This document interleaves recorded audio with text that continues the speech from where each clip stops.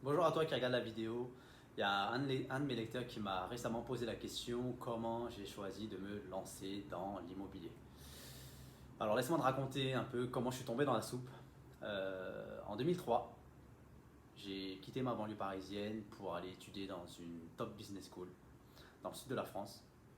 Et c'était pour moi la première fois que je devais payer un loyer de ma vie.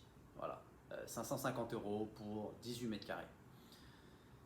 Et chaque premier du mois, c'était donc devenu pour moi le jour du paiement où je dois donner un chèque à mon propriétaire comme ça sans qu'il fasse rien. Et là, je me surprends à me dire, à me plaindre plutôt genre, écoute, je paye 550 euros, 18 mètres carrés, c'est trop cher, c'est trop petit, je me fais avoir, c'est du vol. Mais tout de suite après, je réalise quelque chose, c'est que quoi qu'il se passe dans ma vie, il y aura toujours un loyer ou un crédit à payer. Dans le sens où il y aura toujours une dépense concernant mon habitation.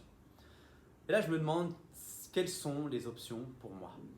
Donc j'ai deux choix à cette époque. Soit je loue, donc un peu comme je le faisais, et me dire que chaque début du mois, je vais payer de l'argent que je ne vais pas récupérer, que je vais perdre, ou soit acheter à crédit et rembourser mon crédit mensuellement.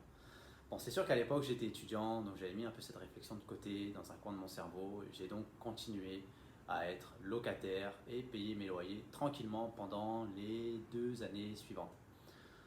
Par contre, après avoir terminé mes études, j'avais économisé un peu de sous. Et là, je fais mon choix. 2008, premier investissement de ma vie en achetant un studio dans la banlieue parisienne que je loue à un étudiant, la même histoire. C'était vraiment pour moi à la base mon premier investissement et mon premier achat de ma vie. Le pire, c'est que j'y connaissais rien, mais vraiment rien du tout. J'avais lu aucun livre, j'avais suivi aucun podcast, aucun blogueur, hein, aucun influenceur. La seule chose que je m'étais dit, c'était qu'il faut que le loyer couvre mes frais.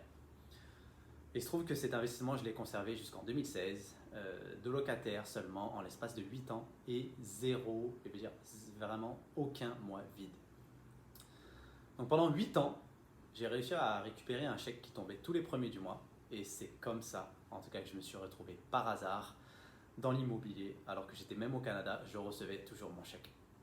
Alors maintenant, j'ai une question pour toi. Dis-moi aujourd'hui où est-ce que tu en es. Est-ce que tu as déjà fait ton premier achat immobilier?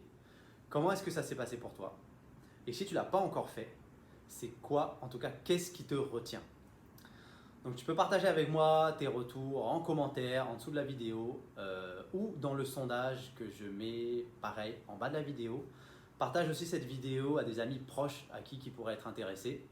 Et puis on se voit bientôt dans les prochaines vidéos. À bientôt. Ciao.